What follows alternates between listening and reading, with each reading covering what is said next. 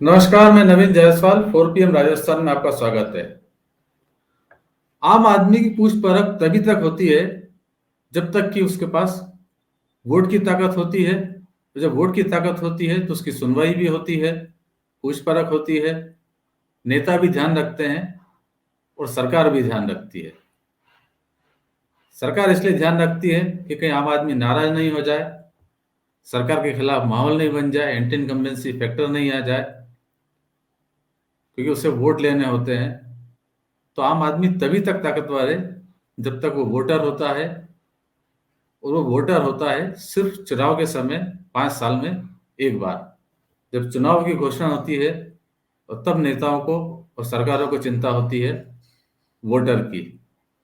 तब वो बार बार याद दिलाती है कि 5 साल इन्हीं लोगों के लिए उसने कितना काम किया है, कितना ध्यान रखा है, हर दुख दर्द में साथी रहे हैं, हर तकलीफ कम करने की कोशिश की है, और तमाम तरह की जन कल्याण की योजनाएं सरकार लेकर आई है। और विपक्ष भी ध्यान रखता है, जो सत्ता में नहीं होते हैं, कि सरकार से कितने पीड़ित थे और हमने उसके लिए कितना संघर्ष किया है, उसे न्याय दिलाने के लिए, उससे राहत दिलाने के लिए। तो कुल मिलाकर बात यही है कि जब तक आदमी वोटर रहता है तब तक ताकतवर है, और वोटर जब चुनाव हो जाते हैं, वोट डल जाते हैं, चुनाव खत्म हो जाते हैं, उसके बाद वो वोटर फिर आम आदमी हो जाता है, फिर उसकी कोई सुनवाई नहीं होती, फिर वो आप उससे लाचार कह सकते हैं, बेसहारा कह सकते हैं, बे आवाज कह सकते हैं।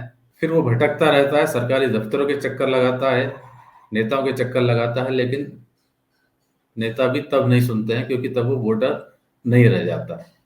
आपको ध्यान होगा विधानसभा चुनाव के पहले इन्हीं वोटरों को लुभाने के लिए कितनी कोशिशें की गई थी, कितने वादे किए गए थे, कितनी घोषणाएं की गई थी और कितनी गारंटियां दी गई थी।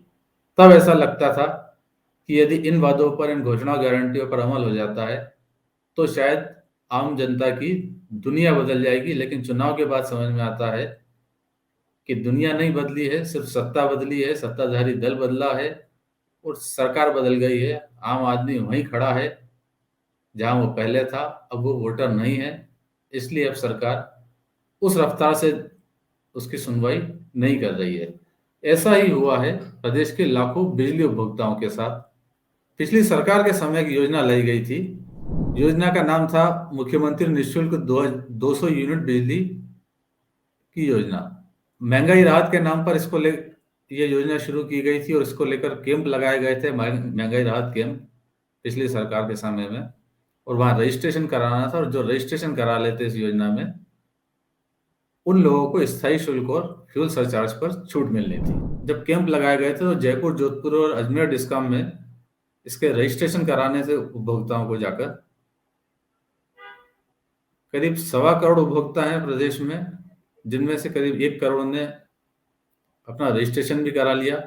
लेकिन इनमें 70 लाख उपभोक्ताओं को ही सब्सिडी का फायदा मिल रहा है, बाकी को नहीं मिल रहा है। और करीब 23 लाख उपभोक्ता ऐसे थे जो उस समय कुछ दूसरी औपचारिकताओं के कारण कागजी कार्रवाई पूरी नहीं कर पाए।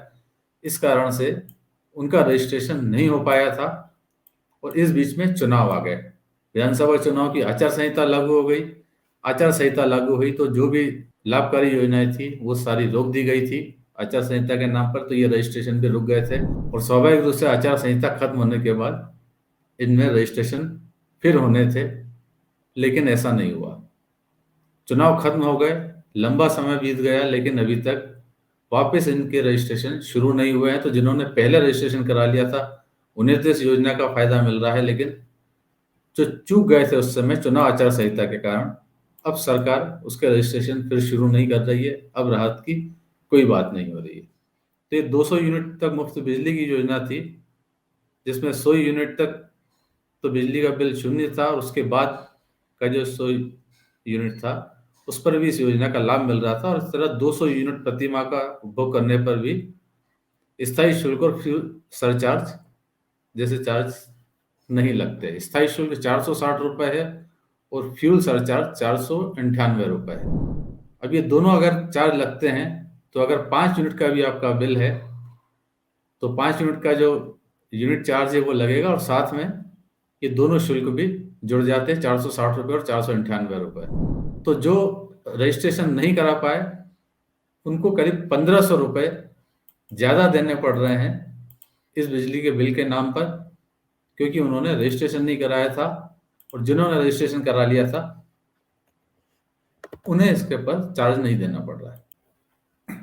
अब सरकार नई आ गई है, सरकार बदल गई है।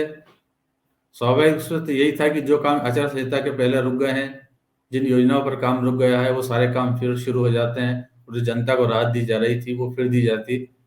लेकिन अब नई सरकार आने के बाद भी ये राहत कैंप या जो रजिस्ट्रेशन है वो शुरू नहीं हो पा रहे हैं। जो उपभोक्ता बच गए थे वो लगातार चक्कर लगा रहे हैं बिजली दफ्तरों के, जाकर पूछ रहे हैं कि उनका पड़ोसी का बिल तो माफ हो रहा है, मेरा क्यों नहीं हो रहा है। तो अब वो बट गए हैं, क्योंकि चुनाव के पहले वो वोटर थे, तो जो वोटर थे वो जिन्होंने फायदा उठा लिया, रजिस्ट्रेशन करा लिया, उन्हें लाभ मिल रहा है। और चुनाव खत्म हो गए हैं, तो जैसा कि मैंने पहले कहा था, अब वो सिर्फ आम आदमी रह गए हैं, बिजली के उपभोक्ता रह गए हैं। अब उनकी सुनवाई नहीं है, उन्हें ज़्यादा बिल देना पड़ रहा है। तो ये अंतर है चुनाव के पहले और चुनाव के बाद की स्थिति का। लेकिन ये स्थिति सिर्फ बिजली के मामले में नहीं है। चुनाव के पहले कई तरह के वादे किए गए थे चुनाव को लेकर, कि चुनाव आता है, सरकार बन जाती है तो हम ये कर देंगे। कई वादे अभी तक पूरे नहीं हुए हैं, और चुनाव के बाद सरकार का रुख बदल गया है, सख्त हो गया है। आपको ध्यान होगा, पेट्रोल डीजल की कीमतों को लेकर खुद प्रधानमंत्री नरेंद्र मोदी ने चुनावी सभा में इसका मुद्दा बनाया था, और राज्यों के नाम गिनाए थे कि कैसे उत्तर प्रदेश में बिल कम है, कीमत कम है, गुजरात में कम है, हरियाणा में कम है, लेकिन फिर राजस्थान के लोगों को महंगा पेट्रोल खरीदना पड़ रहा है, महंगा डीजल खरीदना पड़ रहा है। और जब उनकी सरकार आएगी तो पेट्रोल डीजल सस्ते हो जाएंगे। सरकार आ गई है, लंबा समय हो गया है, लेकिन अब तक उस पर कोई सुनवाई नहीं हुई। और भी कई मुद्दे थे। मुख्यमंत्री स्वास्थ्य बीमा योजना थी, जो पिछले सरकार के समय 25 लाख तक का कवर था। तब बीजेपी ने कोई ऐसा घोषणा नहीं की थी कि वो आएंगे तो इस योजना में कटौती कर देंगे, लेकिन जैसे ही सरकार बदली, चुपचाप ये योजना ठंडे बस्ते में चली गई, और अब 5 लाख के स्वास्थ्य बीमा पर आ गए हैं। ऐसे ही ओपीएस के मामले को लेकर हुआ था। ओपीएस को लेकर बीजेपी ने कभी अपना रुख साफ नहीं किया, और जब सरकार आई है तो वो भी रुख साफ नहीं कर रही, क्योंकि आगे लोकसभा के चुनाव है, और लोकसभा चुनाव के बाद संभावना है कि शायद सरकार अपना रुख साफ कर दे कि ओपीएस पर उसकी क्या योजना है, ओपीएस बरकरार रहेगी या नहीं रहेगी। लेकिन फिलहाल सरकार कुछ भी बताने के लिए तैयार नहीं है। तो ये अंतर आ जाता है चुनाव के पहले और चुनाव की बाद की स्थिति में। वोटर वोटर नहीं रह जाता है, आम आदमी हो जाता है, तो उसकी सुनवाई भी बंद हो जाती है। तो फिलहाल इस वीडियो में इतना ही, और अंत में एक बार फिर आपसे यही कहना है कि 4PM राजस्थान चैनल को सब्सक्राइब जरूर करें, और इस वीडियो के लिंक को जितना ज़्यादा हो सके उतना शेयर भी करें। नमस्कार।